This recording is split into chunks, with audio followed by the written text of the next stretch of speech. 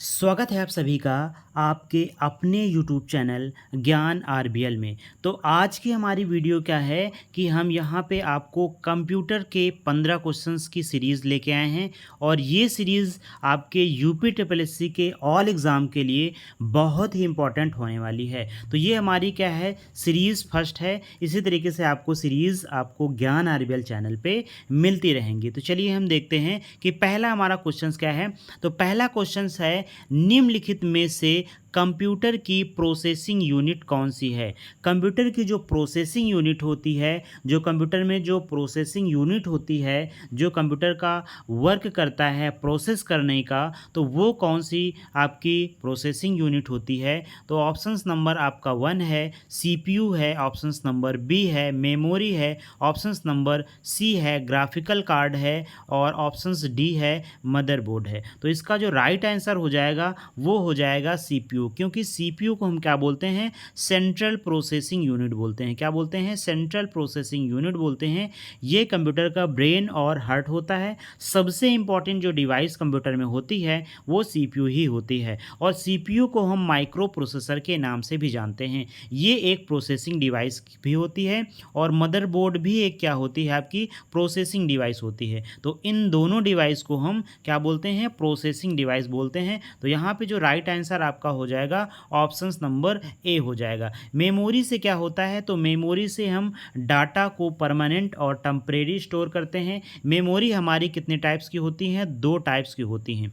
एक आपकी क्या होती है, प्राइमरी मेमोरी होती है और दूसरी आपकी क्या होती है, सेकेंडरी मेमोरी होती है। जो सेकेंडरी मेमोरी होती है उसमें डेटा हमारा होता है स्थायी रूप से स्टोर। सेकेंडरी जो मेमोरी होती है उसमें डेटा क्या होता है, हमारा स्थायी रूप से स्टोर होता है। और जो प्राइमरी मेमोरी होती है उसमें 2 मेमोरियाँ होती हैं, रैम मेमोरी होती है और आपकी क्या होती है, रोम मेमोरी होती है। कौन सी मेमोरी होती है, रैम मेमोरी होती है और रोम मेमोरी होती है। तो रैम आपकी रैंडम एक्सेस मेमोरी हो जाती है और रोम आपकी क्या हो जाती है, रीड ओनली मेमोरी हो जाती है। मदरबोर्ड क्या होता है, एक सर्किट बोर्ड होता है जो आपके जो सीपीयू कैबिनेट में क्या होता है, लगा होता है। तो इसका राइट आंसर आपका क्या हो जाएगा, ऑप्शंस नंबर ए हो जाएगा। अब बात करते हैं हम ट्रांजिस्टर का संबंध कंप्यूटर की किस पीढ़ी में है। तो सबसे पहले आपको ये पता होना चाहिए कि कंप्यूटर में कितनी जनरेशन होती हैं, कितनी पीढ़ियाँ होती हैं। तो टोटल आपकी कितनी पीढ़ियाँ होती हैं, 5 जनरेशन होती हैं। और कौन कौन से जनरेशन में कौन कौन सी टेक्नोलॉजी यूज़ होती थी। तो ट्रांजिस्टर जो टेक्नोलॉजी है, ट्रांजिस्टर टेक्नोलॉजी, वो आपकी दूसरी जो है पीढ़ी में यूज़ होती थी, दूसरी जनरेशन में यूज़ होती थी। और पहली जनरेशन की बात करें तो पहली जनरेशन में वैक्यूम ट्यूब टेक्नोलॉजी का यूज़ किया गया था। किसका यूज़ किया गया था, वैक्यूम ट्यूब टेक्नोलॉजी का यूज़ किया गया था। और तीसरी जनरेशन में जो है वो आईसी का यूज़ किया गया था। किसका यूज़ किया गया था, आईसी का यूज़ किया गया था, जिसको हम इंटीग्रेटेड सर्किट बोलते हैं। चौथी जनरेशन जो थी उसमें हम किसका यूज़ करते थे, तो वहाँ पे हम माइक्रो प्रोसेसर का यूज़ करते थे, या फिर माइक्रो प्रोसेसर के साथ साथ में हम वीएलएसआई का भी यूज़ करते थे। किसका यूज़ करते थे, वीएलएसआई का यूज़ करते थे। वीएलएसआई का जो है हम 4th जनरेशन में यूज़ करते थे।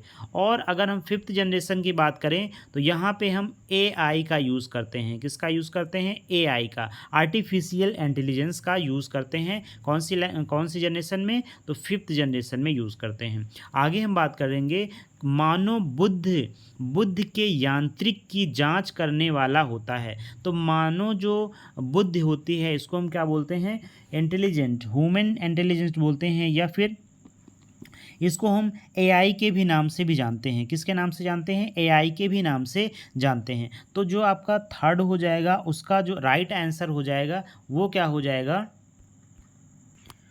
इसका राइट ऑप्शन आपका क्या हो जाएगा, आपका कृत्रिम विज्ञान हो जाएगा। क्या हो जाएगा, कृत्रिम विज्ञान हो जाएगा। कृत्रिम मतलब होता है आर्टिफिशियल साइंस हो जाती है। इसका आंसर आपका होगा ऑप्शन नंबर ए हो जाएगा। अगला क्वेश्चन हमारा आता है, तो अगला क्वेश्चन हमारा है लेज़ी लर्निंग एल्गोरिदम का दूसरा नाम क्या है। तो लेज़ी लर्निंग एल्गोरिदम जो होता है उसका दूसरा हमारा जो नाम होता है वो क्या होता है। तो ऑप्शंस नंबर आपके यहाँ पे दिए हुए हैं, के नियरेस्ट दिया हुआ है, उसके बाद रीगेशन दिया हुआ है, उसके बाद क्लासिफिकेशन दिया हुआ है, न्यूरल नेटवर्क्स दिया हुआ है। तो ऑप्शंस नंबर इसका क्या राइट हो जाएगा।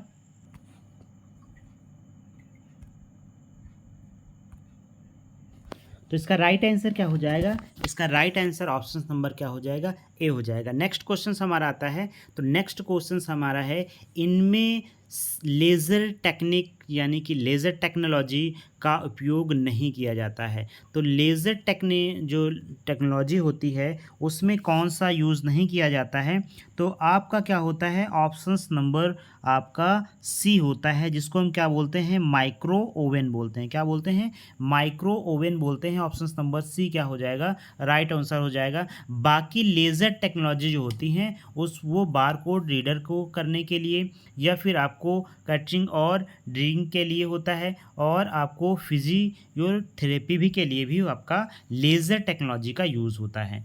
इसके बाद जो हमारा अगला है, हमारा क्वेश्चंस है यानी कि एआई आर्टिफिशियल इंटेलिजेंस के लिए प्रोग्रामिंग भाषा लिस्प्स को किसने विकसित किया। अगर वो कहें कि लिस्प्स को किसने बनाया या फिर एआई को किसने बनाया, तो उसका जो एक ही ऑप्शंस होगा वो क्या होगा, John McCarthy. John McCarthy AI के भी जनक माने जाते हैं, और लिस्प जो होती है वो 5th जनरेशन में यूज़ होने वाली लैंग्वेज है। कौन सी जनरेशन में, 5th जनरेशन में यूज़ होने वाली लिस्प क्या है, एक प्रोग्रामिंग लेवल लैंग्वेज है। इसको हम क्या बोलते हैं, तो इसको हम हाई लेवल लैंग्वेज बोलते हैं। क्या बोलते हैं, हाई लेवल लैंग्वेज बोलते हैं। तो हाई लेवल लैंग्वेज आपकी जो लिस्प होती है वो 5th जनरेशन में यूज़ होती है। जॉन मैकार्थी इसके क्या होते हैं, तो इसके राइटर होते हैं। अगला जो हमारा क्वेश्चन आता है, अगला क्वेश्चन है कंप्यूटर शब्दावली में IDN का पूर्ण रूप क्या होता है। किसका होता है,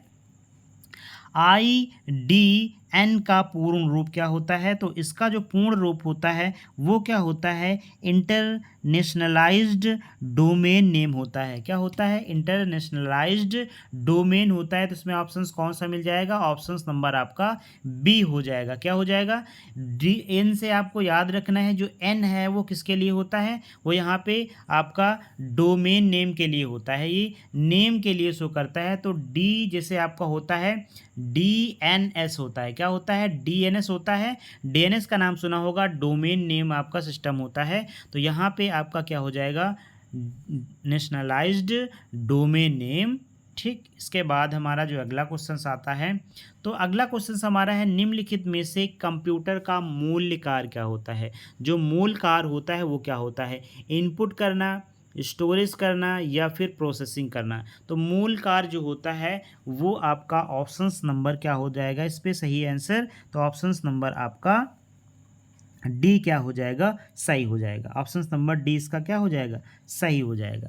अब अगला क्वेश्चन हमारा आता है, तो अगला क्वेश्चन हमारा आता है ऑपरेटिंग सिस्टम। क्या आता है, ऑपरेटिंग सिस्टम एंड्रॉयड जो है, एंड्रॉयड ऑपरेटिंग सिस्टम किस पर आधारित होता है। एंड्रॉयड जो ऑपरेटिंग सिस्टम है वो किस पर आधारित है, तो वो आपका लाइनेक्स पर आधारित है। किस पे आधारित है, लाइनेक्स पर। तो लाइनेक्स एक आपकी क्या है, ऑपरेटिंग सिस्टम है, और विंडोज़ भी एक क्या है, आपकी पॉपुलर ऑपरेटिंग सिस्टम है, और IBM आपकी क्या है, एक कंपनी है। MS वर्ड आपका एक एप्लीकेशन सॉफ्टवेयर है। तो अगर हम विंडोज़ की बात करेंगे तो ये एक graphical user interface operating system है, और लाइनेक्स भी आपकी क्या है, graphical user interface operating system है। लेकिन ये आपके ऑपरेटिंग सिस्टम नहीं है, ये एक प्रकार का क्या है, एप्लीकेशन है। क्या है, एक एप्लीकेशन सॉफ्टवेयर है। एप्लीकेशन सॉफ्टवेयर आपको पता ही होंगे, तो ये एप्लीकेशन सॉफ्टवेयर होता है। ये आपकी क्या है, एक कंपनी है IBM। IBM का पूरा नाम क्या होता है, पूर्ण रूप क्या होता है, इंटरनेशनल बिजनेस मशीन होता है। क्या होता है बच्चों, इंटरनेशनल बिजनेस मशीन होता है। अब इसके बाद हम चलेंगे अगले क्वेश्चंस पे। तो अगला क्वेश्चन हमारा है ईमेल का आविष्कार किसने किया। तो देखिए ईमेल का जो आविष्कार है है वो शिवा अय्या दुराई हैं। कौन है? शिवा अय्या दुराई। लेकिन अगर शिवा जो है अय्या दुराई नहीं होते हैं ऑप्शंस में, तो आपको क्या लगाना होगा? जो है आपको रे टॉमलिंसन लगाना होगा। क्या लगाना होगा? रे टॉमलिंसन। फिर से एक बार देख लीजिए, यहाँ पे हम लिख देते हैं रे अलग रहेगा और उसके बाद टॉम रहेगा, यहाँ पे टॉम और लिंसन।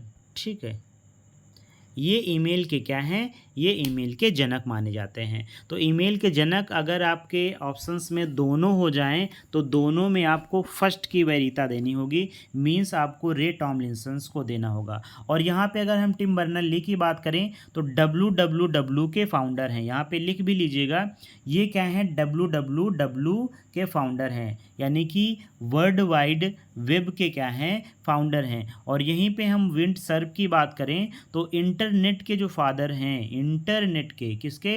इंटरनेट के जो फादर हैं वो क्या हैं? यहाँ पे विंड सर्फ हैं। शिवा अय्या दुराई हमने बता दिया है। अगर हम क्वेश्चन पूछ लें कि फर्स्ट ईमेल कब भेजा गया था बच्चों, फर्स्ट ईमेल कब भेजा गया था, तो 1971 में फर्स्ट ईमेल आपका भेजा गया था। और ये आपका ईमेल किस जो है उस पे सर्वर पे भेजा गया था, तो अर्पानेट से भेजा गया था। फर्स्ट नेटवर्क आपका जो था वो अर्पानेट था। अगला क्वेश्चन हमारा आता है, थोड़ा सा फास्ट क्वेश्चंस करेंगे।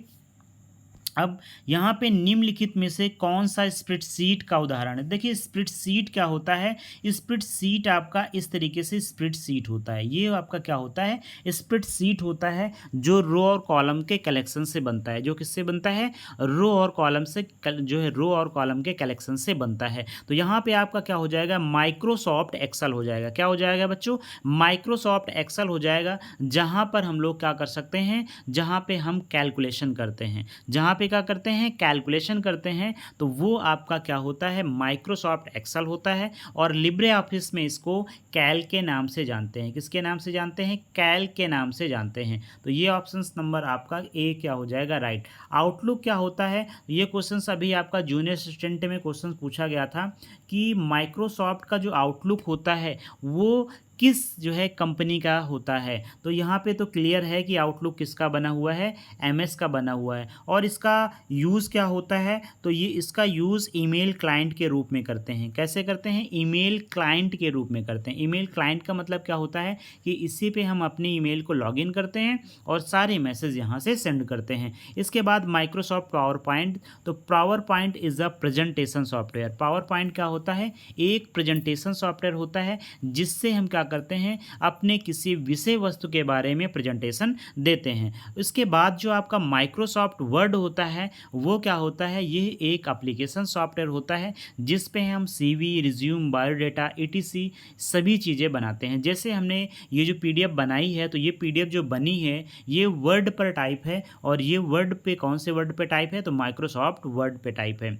तो माइक्रोसॉफ्ट जो ऑफिस होता है उन्हीं में ये सारे सॉफ्टवेयर्स आपको मिल जाते हैं। अगला क्वेश्चन हमारा आता है, तो अगला क्वेश्चन हमारा है निम्नलिखित में से कौन सी विधि निम्नलिखित में से विधि में से कौन सा तरीका दाएं आरेखित करने के लिए इस्तेमाल किया जाता है? तो दाएं आरेखित का मतलब यहाँ हो जाएगा, यहाँ पे राइट अलाइनमेंट का यूज़ किया जाएगा। यहाँ पे इंग्लिश में अगर हम बात करें तो राइट अलाइनमेंट का कौन सा जो है यहाँ पे यूज़ किया जाएगा शॉर्टकट की? तो कंट्रोल प्लस जो आपका R है वो राइट अलाइनमेंट के लिए है। कंट्रोल प्लस J जो है वो जस्टिफाई अलाइनमेंट के लिए, किसके लिए है? जस्टिफाई अलाइनमेंट के लिए है। और कंट्रोल प्लस Z जो है वो है आपका अंडू के लिए। किसके लिए है? अंडू के लिए। अंडू का जो सिंबल बना होता है बच्चों वो इस तरीके से बना होता है। किस तरीके से बना होता है? अंडू का जो सिंबल होता है वो इस तरीके से। अंडू का मतलब होता है कि एक स्टेप आप जो है पीछे जाने के लिए कंप्यूटर में यूज़ किया जाता है। और वहीं पे रीडू जो होता है वो इस तरीके से होता है। ये आगे के लिए एरो बनी हुई है, तो इसका मतलब होता है कि कंट्रोल प्लस Y जो होता है रीडू जिसको बोलते हैं, उसका मतलब होता है एक स्टेप आगे जाने के लिए हमें रीडू का इस्तेमाल करना होता है। अब इसके बाद हम देखेंगे तो ये हमारा ऑप्शंस क्या होता है? ऑप्शंस नंबर ए जो होता है इसका मतलब क्या होता है? तो कंट्रोल प्लस I का मतलब होता है इटैलिक होता है बच्चों। इटैलिक का मतलब क्या होता है? इटैलिक में आपके जो वर्ड होते हैं वो कैसे हो जाते हैं, वो तिरछे हो जाते हैं। इस तरीके से एक ए आपका सिंपल सा ये लिखा हुआ है और एक ये लिखा हुआ, तो इटैलिक में आपके अक्षर कैसे हो जाते हैं, तो तिरछे आपके अक्षर हो जाते हैं। आगे बात करेंगे एमएस वर्ड में फ़ॉन्ट डायलॉग बॉक्स ओपन करने की शॉर्टकट की क्या होती है। तो एमएस वर्ड में हम फ़ॉन्ट जो डायलॉग बॉक्स ओपन करते हैं वो ऑप्शंस नंबर सी से करते हैं। किससे करते हैं? सी से करते हैं। तो ऑप्शंस नंबर सी इसका क्या हो जाएगा? राइट आंसर हो जाएगा। डी से हम क्या करेंगे? कंट्रोल+D से ओपन फ़ॉन्ट डायलॉग बॉक्स होता है और कंट्रोल+F से क्या होता है? फाइंड होता है। क्या होता है बच्चों? फाइंड होता है। फाइंड्स का मतलब होता है किसी पार्टिकुलर सब्जेक्ट के बारे में या किसी पार्टिकुलर वर्ड के बारे में या कैरेक्टर के बारे में आपको कुछ फाइंड करना है तो हम कंट्रोल+F का यूज़ कर लेते हैं।